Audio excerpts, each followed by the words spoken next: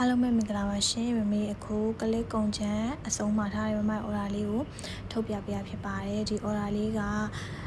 နှစ်သိန်းဘူးအစုံထည့်ပေးထားတာဖြစ်ပါတယ်ရှင်ဒီထဲမှာမမေကအသစ်ရောက်ထားတဲ့ခေါင်းစည်းကျိုးအယောင်လေးတွေရောကလစ်ကလေးတွေပြီးတော့ကလစ်လေးတွေဒီဇိုင်းအစုံပေါ့နော်မင်းထည့်ပေးလိုက်ပါတယ်ရှင်ဒီတလုံးမှာအကုန်နေတဲ့ H တန်ကလစ်ကလေးတွေလည်းပြန်ဝင်ထားတာဖြစ်တဲ့အတွက်ကြောင့်ဒီမမကိုမင်းဒီဇိုင်းအစုံလေးကိုတေချာထည့်ပေးလိုက်ပါတယ်ပြီးတော့မင်း topping လေးတွေလည်းအသစ်ဝင်ထားပါတယ်ရှင် TikTok မှာလည်းမင်းပုံလေးတွေတင်ပေးပါမယ်မင်းရဲ့ update လေးတွေကိုကြည့်ချင်နေဆိုရင် Facebook page မှာအမြဲတမ်းရရှိနိုင်တဲ့ topping တွေ clip design တွေကိုတင်ပေးပါတယ်ရှင်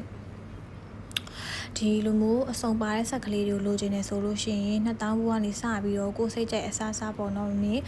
customer စိတ်တိုင်းကြလုပ်ပေးပါတယ်ကလေးလေး topping လေးတွေကလေးကတ်ကလေးတွေကော်ဘူးလေးတွေဒီဇိုင်းစုံပေါ့နော်လို့ပစ္စည်းအစုံပါအောင်လို့မင်းထည့်ပေးပါတယ်ရှင်မင်းစီမှာဒီဇိုင်းတစ်မျိုးတည်းကိုပဲရွေးယူခြင်းတဲ့ customer လေးတွေအတွက်လည်း topping